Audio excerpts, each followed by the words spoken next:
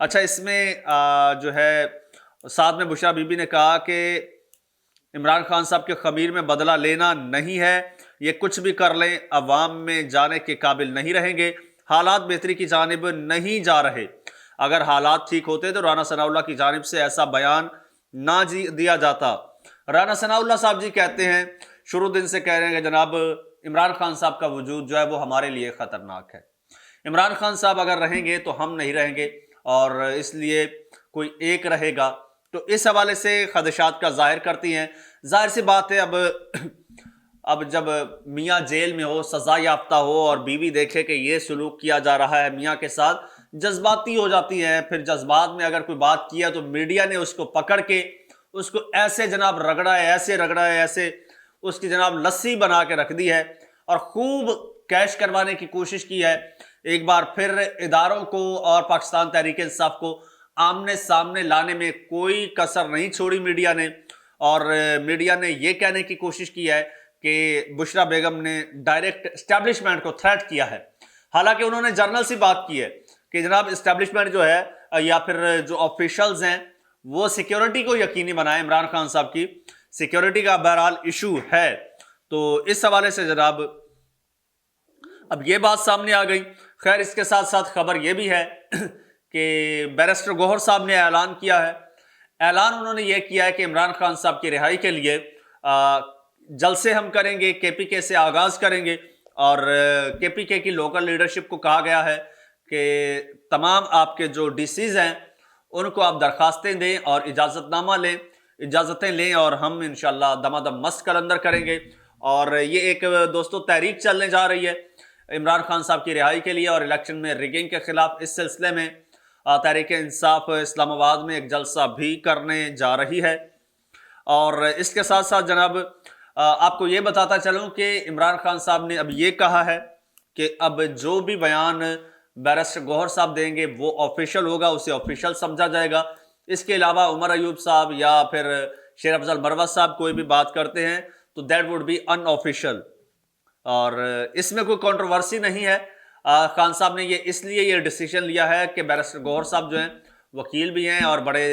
مستقل مزاج ہیں، دھیمے مزاج کے ہیں، وہ جذبات پر قابو رکھنا جانتے ہیں۔ شیر افضل مروت صاحب تھوڑا سا گرم مزاج کے ہیں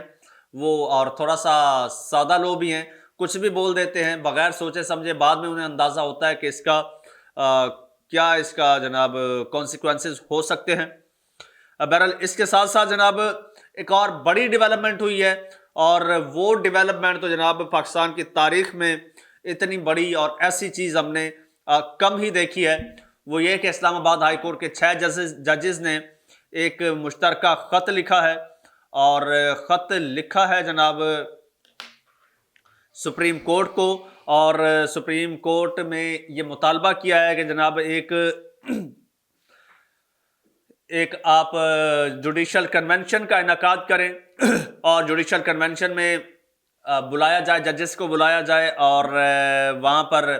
پوچھا جائے کہ معاملہ یہ ہو رہا ہے کہ اب اسلام آباد کے ججز کا یہ کہنا ہے کہ جو عدالتی امور ہیں ان میں مداخلت ہو رہی ہے ایگزیکٹو کی جانب سے، اور کچھ خفیہ اداروں کی جانب سے جو ہے یہ مداخلت ہو رہی ہے، اور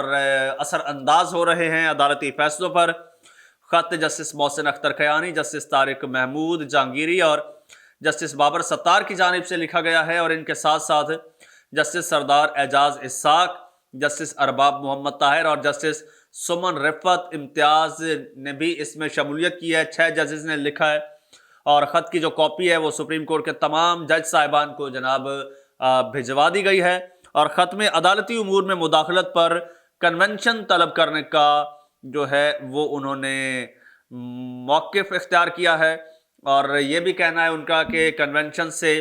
دیگر عدالتوں میں جو ہے وہ خفیہ اداروں کی مداخلت کے بارے میں بھی معلومات سامنے آئیں گی، اور عدلیہ کے کنونشن جو ہیں وہ اس سے عدلیہ کی آزادی کے بارے میں مزید معاونت ملے گی۔ اب سوال یہ پیدا ہوتا ہے کہ کیا یہ کنونشن کا انعقاد ہوتا ہے، نہیں ہوتا۔ اسی طرح سے عمران خان صاحب بھی اب مطالبہ کر رہے ہیں 9 مئی کے حوالے سے کہ 9 مئی کو جناب جو واقعات ہوئے ہیں اس حوالے سے 25 مئی کو ہم نے ایک درخواست دی تھی سپریم کورٹ میں کہ اس پر ایک جوڈیشل انکوائری ہو، اور